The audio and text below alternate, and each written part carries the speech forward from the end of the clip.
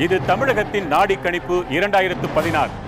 புதிய தலைமுறையும் ஆப் நிறுவனமும் இணைந்து நடத்திய மாபெரும் கருத்து கணிப்பின் முடிவுகளை அறிந்து கொள்ள உங்களை அன்புடன் வரவேற்கிறோம்.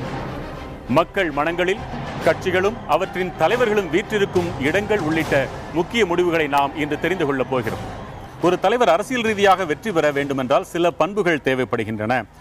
அந்த பண்புகள் எவை என்று ஒரு பிரமிட் வடிவத்தில் நாம் பார்த்தோம் என்றால், சிறந்த அரசியல் தலைவருக்கான பண்புகள் அடித்தளமாக இருக்க வேண்டியது மக்களை கவரும் திறன், ஒரு ஈர்ப்பு சக்தி, காந்த சக்தி என்று சொல்கிறார்களே அது. ஏழைகளுக்காக பணிபுரிபவர், வாக்காளர்களின் நம்பிக்கை, நாளைய தமிழகம் இந்த தலைவரின் கரங்களில் பத்திரமாக இருக்கும் என்று யாரை நினைக்கிறார்கள் என்பதே அந்த கேள்விக்கான பொருள். இந்த அடிப்படையில் முதல் கேள்விக்கு விடையை பார்க்கலாம். தமிழகத்தின் எதிர்காலம் எந்த தலைவரின் கரங்களில் பாதுகாப்பாக இருக்கும்? சுவாரஸ்யமான முடிவுகள் காத்திருக்கின்றன. ஜெயலலிதாவின் கரங்களில் 24.09%, கருணாநிதி 12.67%, ஸ்டாலின் 12.90%, விஜயகாந்த் 3.85%, பிறர் 10.34%.